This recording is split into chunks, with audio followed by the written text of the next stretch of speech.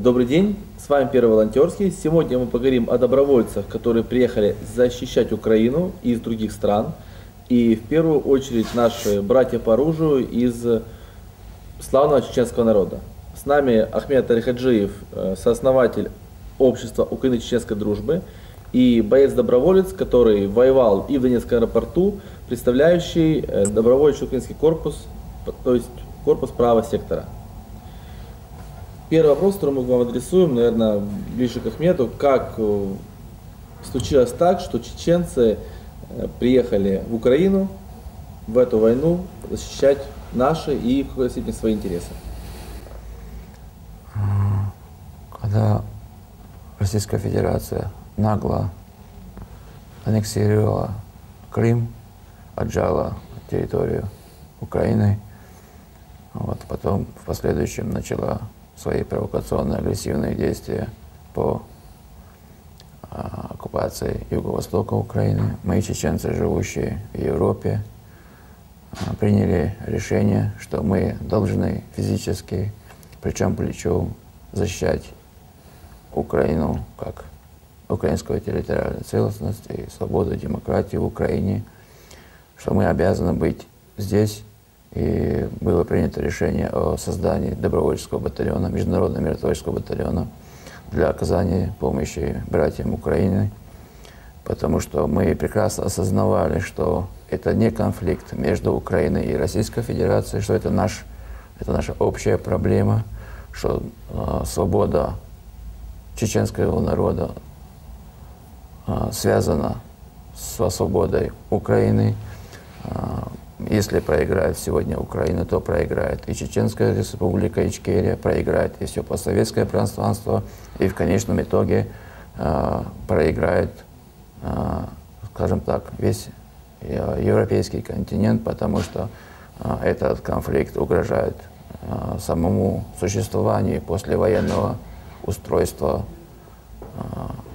мирного существования на европейском континенте.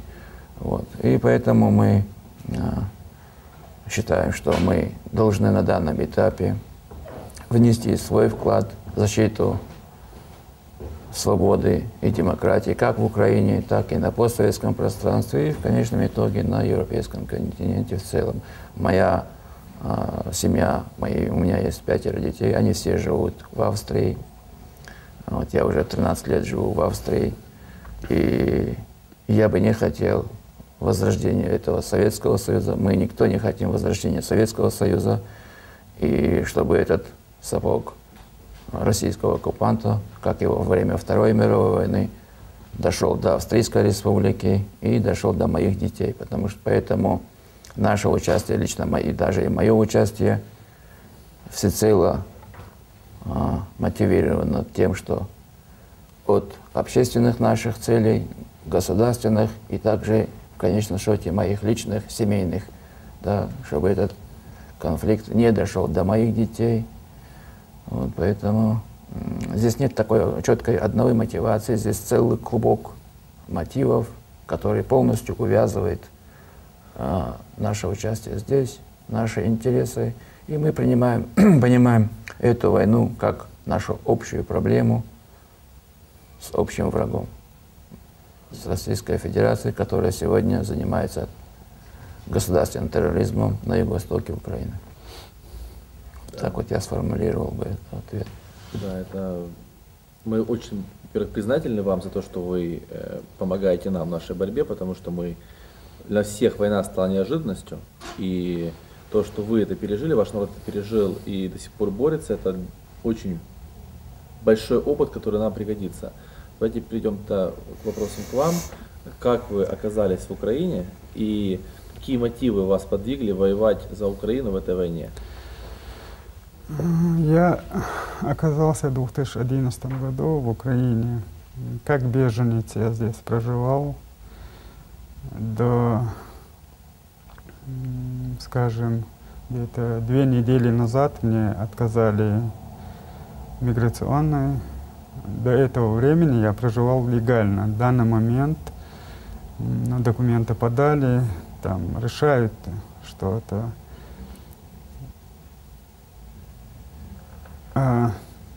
что меня туда... Ну, я прошел эту войну в Чечне. Я знаю, на что они способны, если они пойдут дальше. Поэтому я решил помочь Украине. По большому счету вы защищаете, знаете, защищаете то, против чего, в принципе, воевали в Чечне. Да, И, да. тогда вопрос, наверное, к вам обоим сразу. Как вы видите будущее? Мы все надеемся на победу Украины. Мы все надеемся, что победит цивилизация, победит здравый смысл, в конце концов.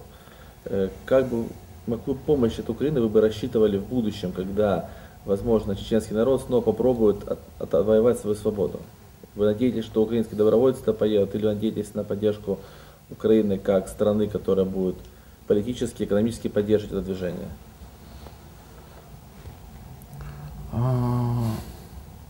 За 20 лет противостояния, да, сопротивлению этому террору, который Россия устраивает по отношению к чеченскому народу, мы понесли колоссальные потери. И на сегодняшний день, после 20 лет войны с Российской Федерацией, мы физически не можем военным путем вернуть, деоккупировать нашу Чеченскую республику Ичкерия. Сегодняшняя Чеченская республика Ичкерия находится, это де-факто оккупированная страна. Добиться его деоккупации военным путем мы просто не видим физической возможности. Для этого, чтобы мы обрели свою страну обратно, мы видим единственное политическое решение данного конфликта с участием международных игроков в лице Евросоюза, через Совет Безопасности ООН или через ОБСЕ.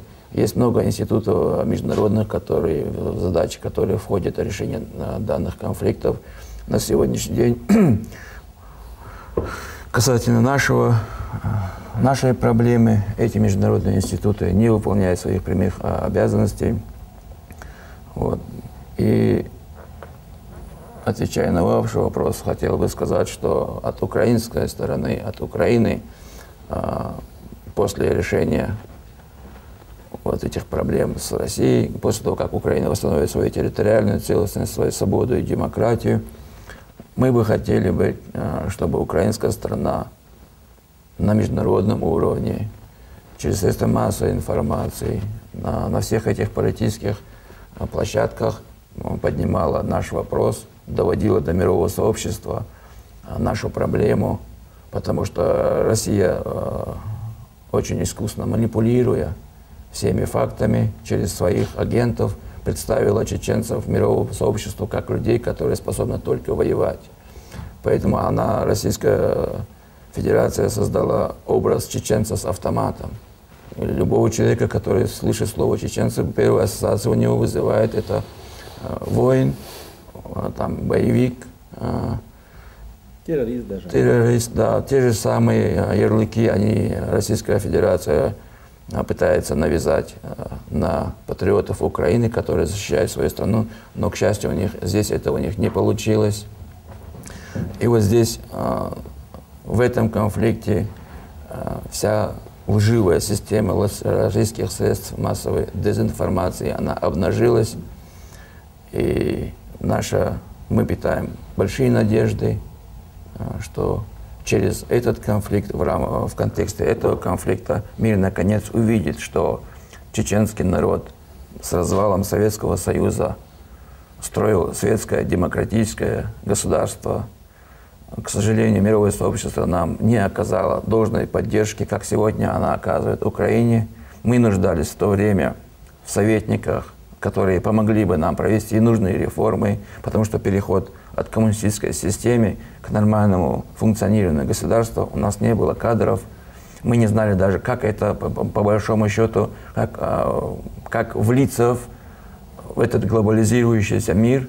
Сегодня я, например, который прожил 12 лет в Европе, я уже по-новому смотрю на это все. Мы примерно уже, чеченцы, мы имеем представление, как мы должны участвовать в этом международном, скажем так, международной системе безопасности, наше участие в международных процессах в этом глобализирующемся мире.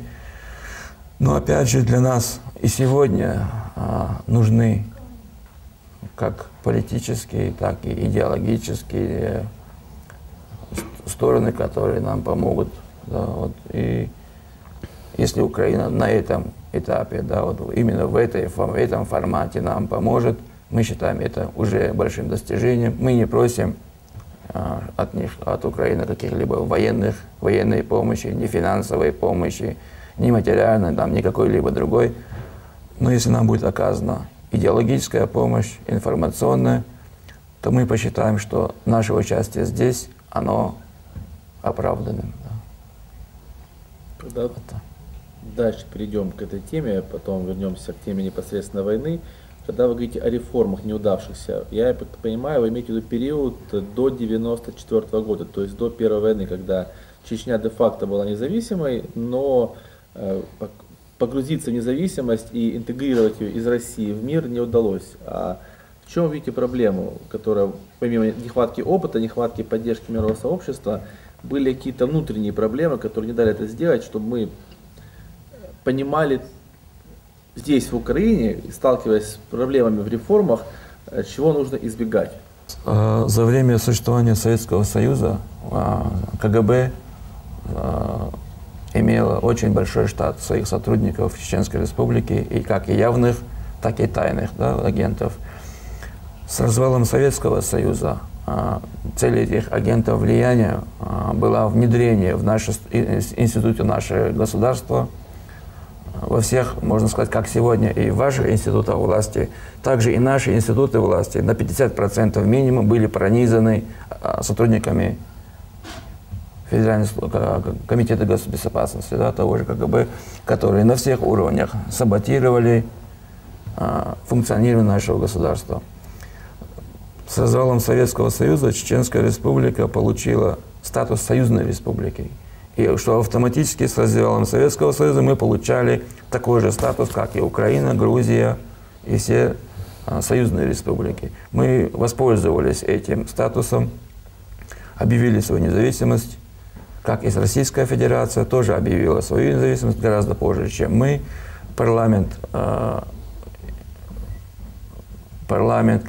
и Конституция в России были приняты еще через полгода, как Чеченская Республика Ичкерия уже имела свою конституцию, все атрибуты государственной власти.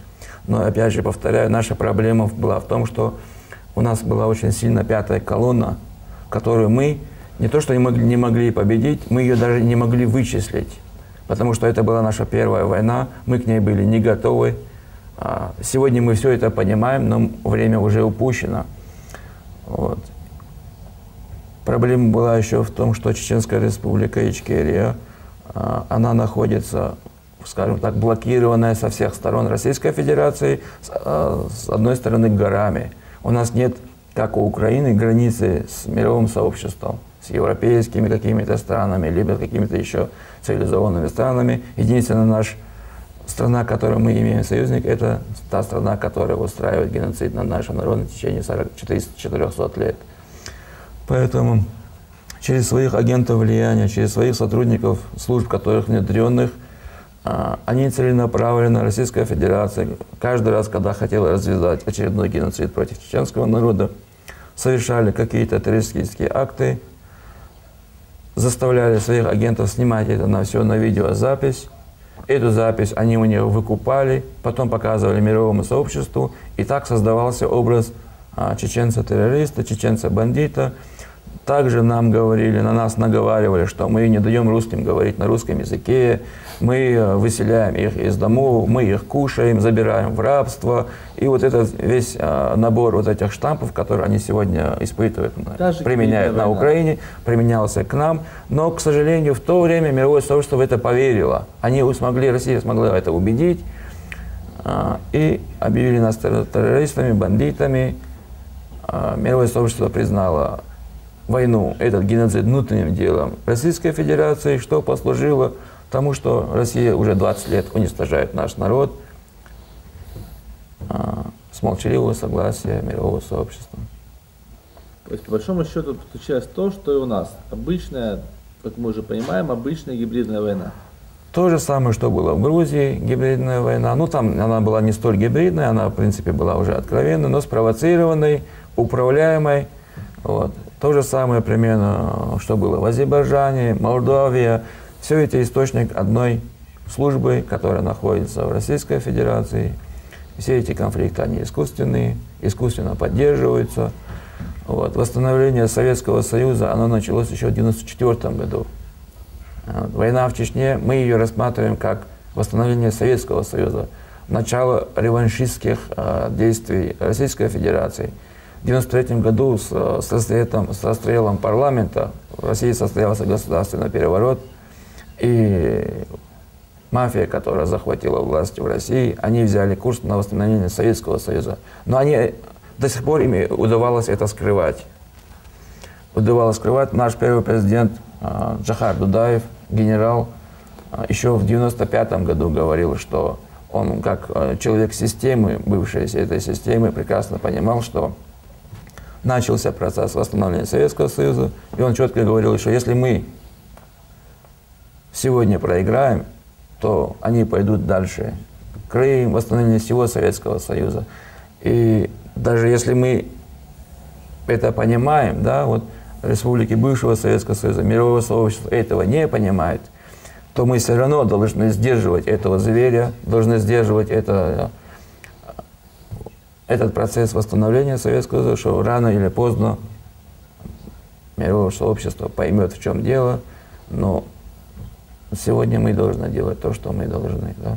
И сегодня, к великому, да, этому счастью, к этому я радуюсь, что мир наконец-таки понял, кто мешает, да, мировому порядку, кто сегодня искусственно правом силы пытается перекраивать территории, государства. Давайте потихоньку перейдем, наверное, уже ближе к войне, а потом вернемся к политике еще.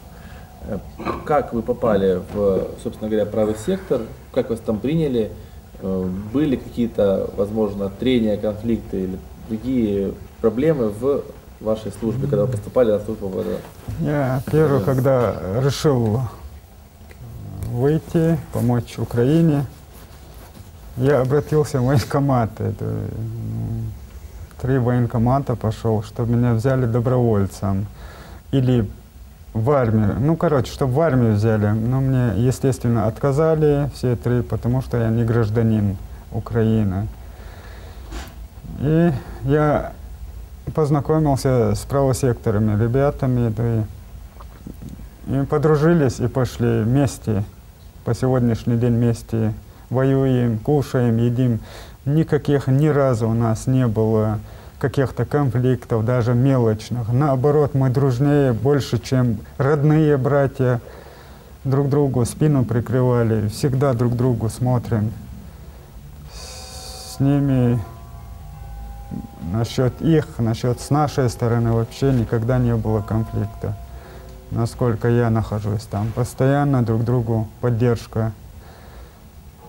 Если в том-то, что мы с одной тарелки едим все вместе, значит, мы братья. Да. Такие.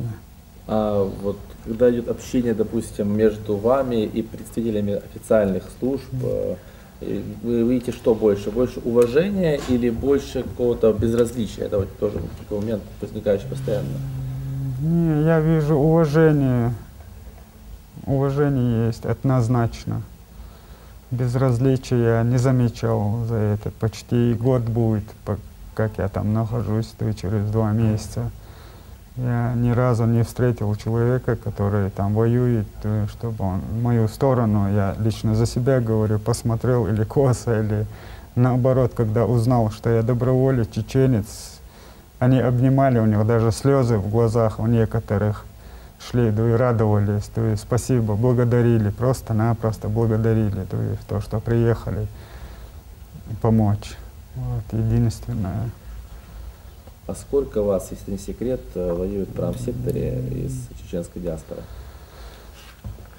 Ну, это я, насколько полно не буду говорить, ну, человек 40, там уже Это я имею в виду в разных, а это я у себя сказал, а в разных есть по-разному. Да. Есть еще, которые даже мы не знаем, которые приехали, на самом деле воюют, да, пока они до нас не добрались еще, но они уже воюют. Да.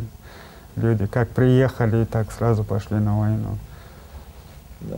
Такие тоже есть.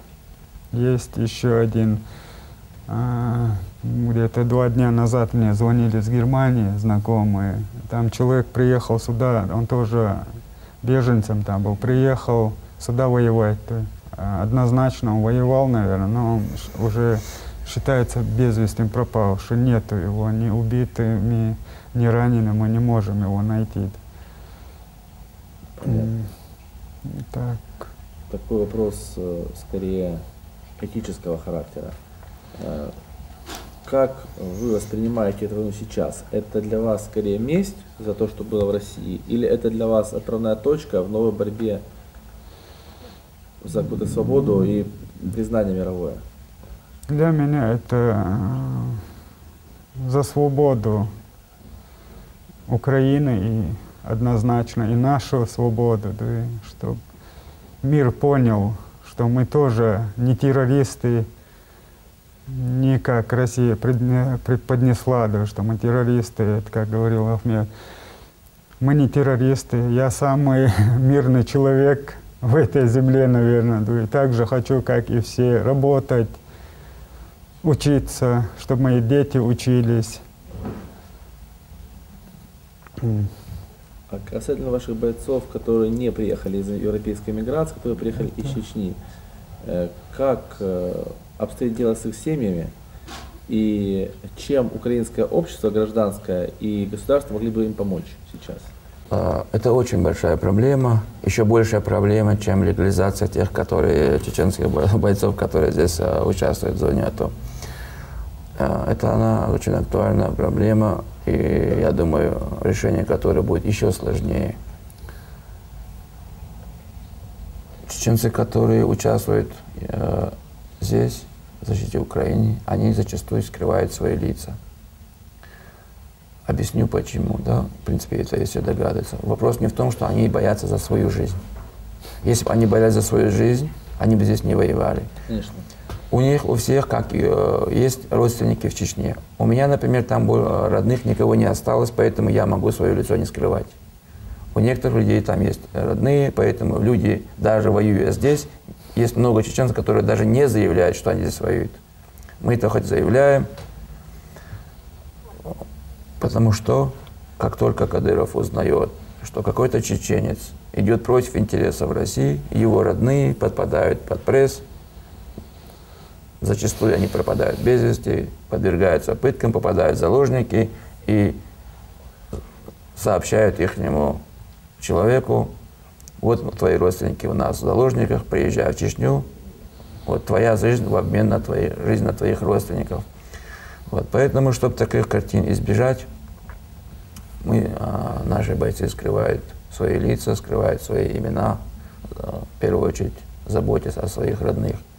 Если бы Украина, как многие страны Европы, подготовила бы какое-то законодательство, какую-то площадку, куда могли бы выезжать родные, ближайшие родственники тех бойцов, то это было бы очень правильным, своевременным, хорошим решением. Тогда уже это в несколько раз облегчило бы наше участие. Это было бы большим плюсом как для чеченцев, так и для Украины. Но я думаю, что это очень долгий процесс, это очень непростой процесс, трудоемкий. И я надеюсь, что в рабочем режиме он все равно будет решаться. Вот.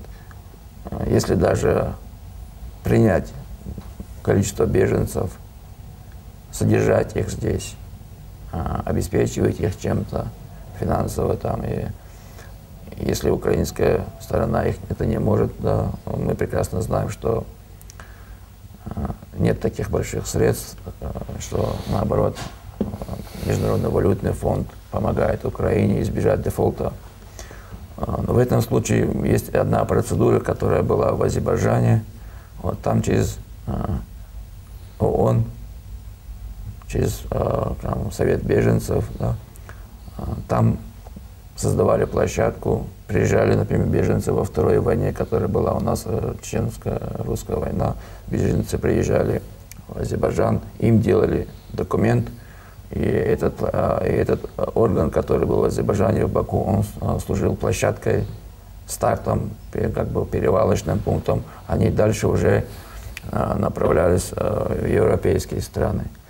Даже если бы этот механизм можно было бы организовать в Украине, то и это было бы менее затратным и более эффективным в решении этой проблемы. То есть, по большому счету, речь идет не только о том, чтобы Украина принимала этих людей, но чтобы она выступила, так сказать, адвокатом чеченского народа перед европейцами, информационным и юридическим, да? Это был бы идеальный вариант. Для нас он был бы просто вот самым лучшим, самым желанным. И я надеюсь, что к этому пониманию руководство Украины придет. Мы понимаем, что на сегодняшний день это очень сложный процесс. Но надеемся. Надеяться на решение этого вопроса. Да, надеемся. Такой вопрос еще к вам. Если бы, например, сегодня война закончилась, да? Россия уйдет из Донбасса, это вопрос решения этого кризиса, это вопрос лет, а не дней и месяцев. И был бы принят закон о гражданстве или статусе тех, кто принимает участие в АТО из других стран, то есть там, из Республики Ичкерия, вы бы пошли служить в украинскую армию? Как... Хоть сегодня пошел бы. Хоть сейчас вышел бы, в здание ушел бы.